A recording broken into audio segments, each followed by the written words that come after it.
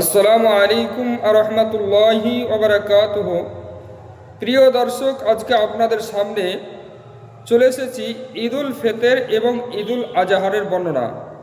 যেহেতু আমাদের জানার বিষয় যে ঈদুল ফিতর এবং ঈদুল আজহার কিভাবে আমাদেরকে পড়তে হয়, টাইমের বিষয় নিয়ে একটু আসুন হজরতে আবু হুরাইস রাদিয়াল্লাহু তাআলা আনহু হতে বর্ণিত এবং হজরত আমর বিন হাজম রাদিয়াল্লাহু তাআলা আনহু নাজরান নামক এক এলাকার অবস্থানকালে নবী পাক সাল্লাল্লাহু তাআলা আলাইহি ওয়াসাল্লাম তার নিকট পত্র পাঠান যে ঈদুল আজহার অর্থাৎ কুরবানির ঈদ নামাজ তড়িঘড়ি আদায় করে নিবে এবং ঈদুল ফিতরের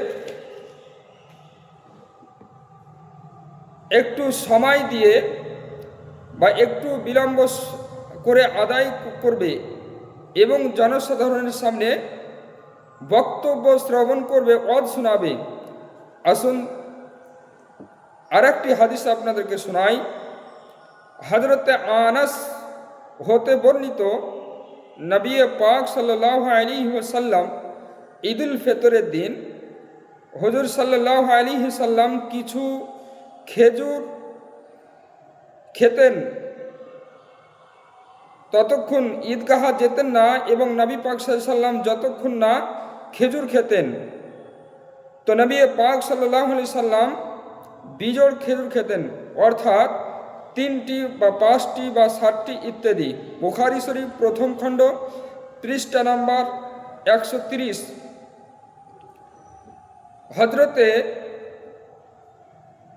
বুরাইদা রাদিয়াল্লাহু তাআলা আনহু বলেন যে রাসূল পাক সাল্লাল্লাহু তাআলা আলাইহি ওয়াসাল্লাম ঈদুল ফিতরের দিন হুজুর আলাইহিস সালাম যতক্ষণ না খেজুর